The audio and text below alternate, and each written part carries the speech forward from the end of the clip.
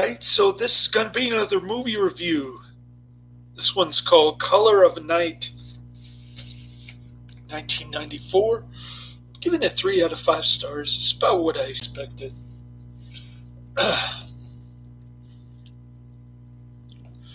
um,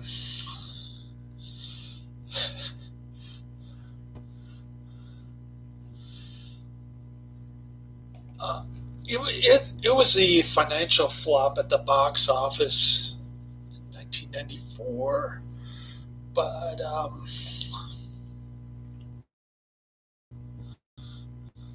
where was I seeing that?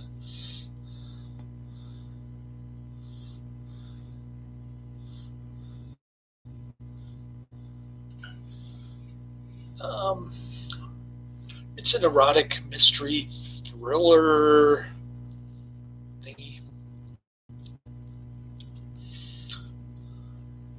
Anyways,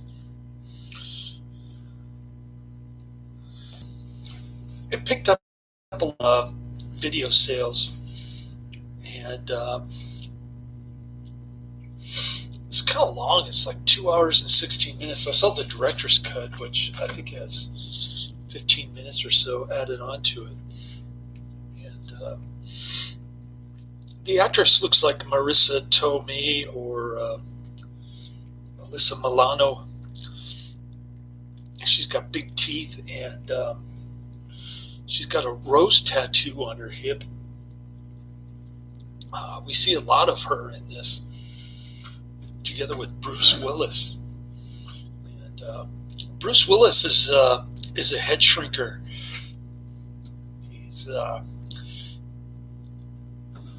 He's being overcritical towards his patient during one of the sessions, and she just jumps out the window and splats on the concrete.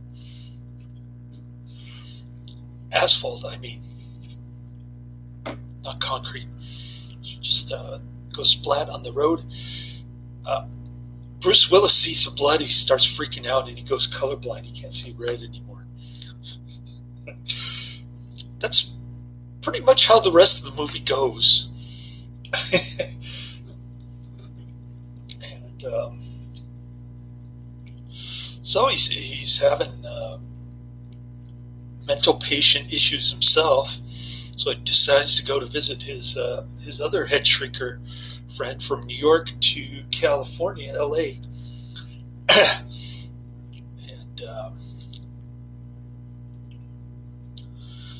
And he ends up getting murdered. His buddy. So Bruce Willis is like taking his house over, beating up the guy's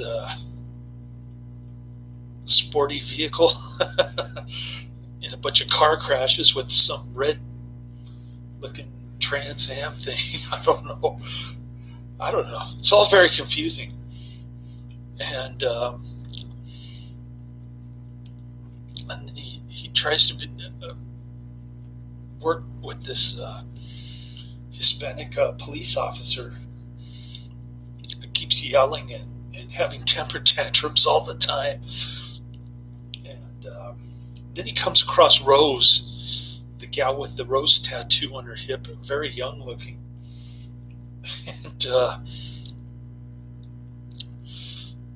And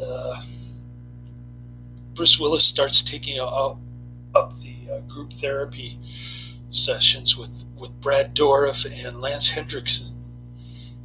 And then there's like a father figure, a mentor guy from the movie Seconds. One of the blacklisted actors is in there. And the movie just drags on forever.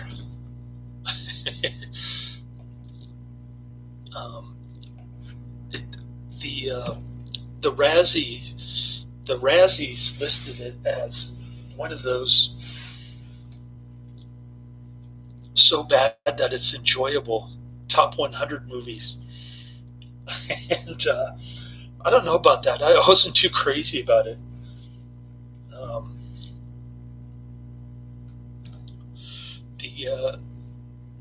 The young actress, she's got an interesting face, but the rest of her isn't that great in my opinion. Maybe I'm in the minority there. The rose tattoo looked kind of odd. At first, I thought it was a birthmark when they were in the swimming pool together. Then they end up in the bedroom. There are a lot of scenes like that. So, yeah, that's really the only reason to watch. There are some cool plot twists. Some dude with a nail gun at the end. And all these mental patients with various degrees of schizophrenia and other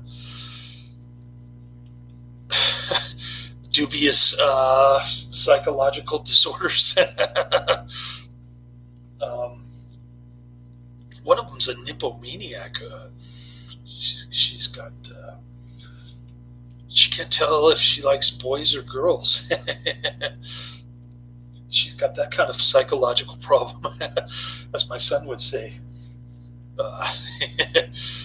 It's definitely a psychological disorder if you can't tell the difference between a boy and a girl. Anyways, there's that kind of theme running throughout the movie, and I don't know. People say it's so weird that it's good, but I tend to disagree. I didn't think it was all that great. It's got the corny music in the background. I think there's one instance where Bruce Willis takes his Hispanic cop buddy to the bar who keeps yelling at him all the time, and there's a rock band playing. That was the only decent that was the only decent sounding music in the whole movie. The rest is just like really lame, soft rock kind of early 90s music. Oh, it sounded terrible.